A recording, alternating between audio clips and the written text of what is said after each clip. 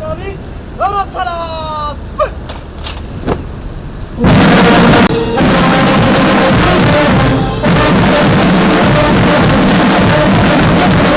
አሁን የምንገኝበት የቦሌ ዓለም አቀፍ አየር ማረፊያ ነው።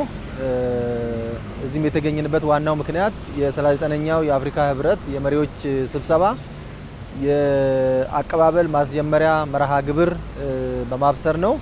እንደምታዩት በመከላከያ ማርሽ ባንድና በሌሎች ዝግጅቶች እየጀመረ ነው ያለነው። ትናንትና ማታ የተወሰኑት የውጭ ጉዳይ ሚኒስትሮች ገብተዋል።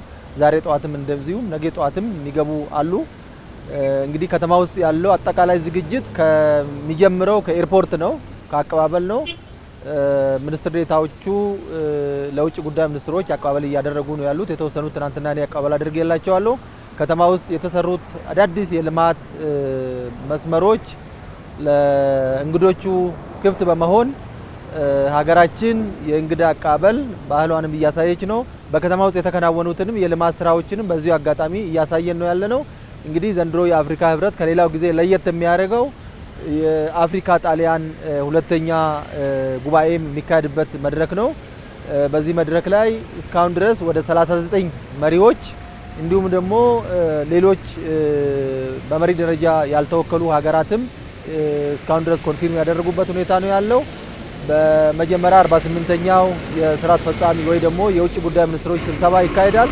ቀጥሎ የውጭ ጉዳይ የመሪዎች ስብሰባ የሚካሄድ ይሆናልና አጠቃላይ ዝግጅቱ በተሟላ በጸጥታም በሎጂስቲክም በአቀባበልም የተሟላና የተቀናጀ አቀባበል ለማድረግ ዝግጅት አድርገናል። ኢትዮጵያ ብዙ ነገሮችን ማስተላለፍ ወይ ደግሞ መሸጥ የምትችልበት ሁኔታ ነው።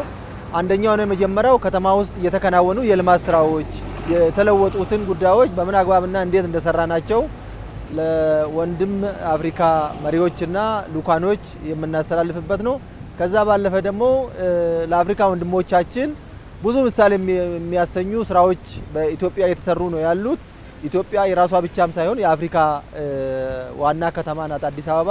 በዚህ ቦታ የሚወሰኑ ውሳኔዎችንም ህጉንና አሰራሩን በማክበርና በማስከበርም ከሌሎች ጋርም የሁለትዮሽ ውይይቶችንም በማድረግ ለአፍሪካ መጪው ጊዜ በልማትም በሁሉም ሁለንተናዊ እድገት እንደ ሀገር ማስተላለፍ የሚገቡን ብዙ አጀንዳዎች የተያዙበት ሁኔታ ነው ያለው።